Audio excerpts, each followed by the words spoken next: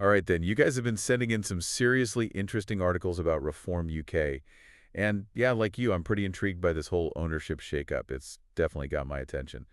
So much going on here, so let's dive in together, shall we? Try and figure out what this all means for Nigel Farage and his party's future. Sounds good to me. What do you make of this shift, then? I mean, going from a privately owned company to this nonprofit, limited by guarantee setup, that's a pretty big deal, right? Oh, absolutely. It's definitely a big shift. It's kind of like, imagine a club. You've got your members, everyone has a say, but nobody actually owns it, right? Right. So in this case, no more shareholders, no one person calling all the shots. Not even Farage. Wow. So it's really not just his personal project anymore. It's a far cry from how things were with the Grexit Party and even in the early days of Reform UK. Yeah, on the surface at least. Now we've got this new company, Reform 2025 Ltd, with Farage and the party chairman, Zia Yusuf, as directors. But the thing that really jumps out is this filing that says there are, and I quote, no persons with significant control. Really? Yeah, no persons with significant control. So basically, at least on paper, there's no single individual who can wield the kind of power that Farage did before. Fascinating. It is, isn't it? So it's like they're trying to move away from that image of being a one-man show and become more like a traditional political party. But didn't Farage actually promise this change a while ago? You're absolutely right. Back in September 2024, he pledged to make this shift, and Yusuf has been making a lot of noise about professionalizing the party, getting it ready to potentially play a role in government. It all sounds very proper, Right. But you can't help but wonder, is this genuine? Or is it just Farage being clever, maneuvering things to his advantage? Yeah, he's trying to have his cake and eat it too, maybe. And speaking of skepticism, one of the articles you sent over mentioned Ben Habib, the former deputy leader who left Reform UK.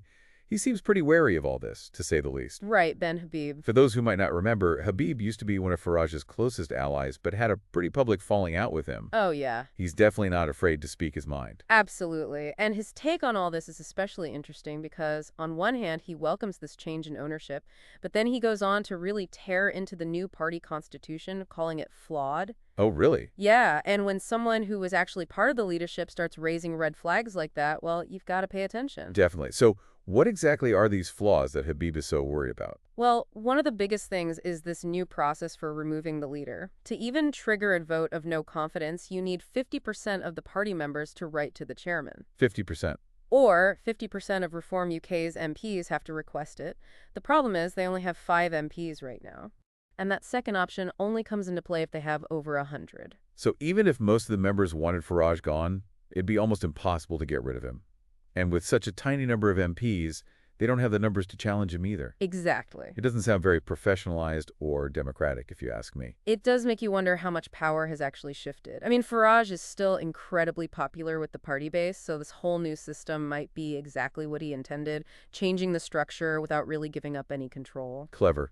It seems like the real story is in the fine print. And actually, you mentioned the board structure earlier as another point of concern. What's the deal with that? Oh, right. So with this new setup, only 3 board members are actually elected. The rest are appointed directly by the leader and chairman.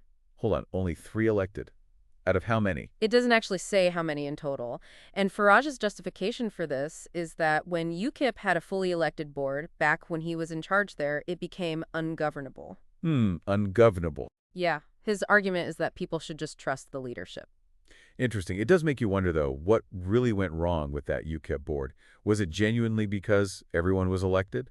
Or were there maybe, clashes of personality, political differences, things like that, that contributed to the problems? It's easy to just blame the structure, but maybe there's a deeper story there. Yeah, you're right. And that brings us back to the fundamental question here, right? Is this streamlined board structure a genuine attempt at being more efficient? Or is it a way to, consolidate power at the top? Silence any dissenting voices, maybe, especially considering that this approach isn't exactly common practice among other UK parties. Good point. So what does this all mean for the listener at home? It looks like a big change in ownership on the surface, but the reality might be a bit more nuanced. Is this a genuine step towards giving members more power, creating a more professional party structure? Or is Farage, a man known for his, let's say, political maneuvering, just finding new and creative ways to hold on to the party he built? It's the million-dollar question, isn't it? And here's something else to think about. If Reform UK does manage to win more seats in Parliament, which is their goal, will this new structure be flexible enough to adapt, to genuinely represent the interests of its members? Or could it actually end up holding the party back, preventing it from growing and evolving? It's definitely a situation worth watching closely. Absolutely. Lots to ponder. Thanks for breaking all that down. My pleasure. Until next time. See it. Bye. Bye.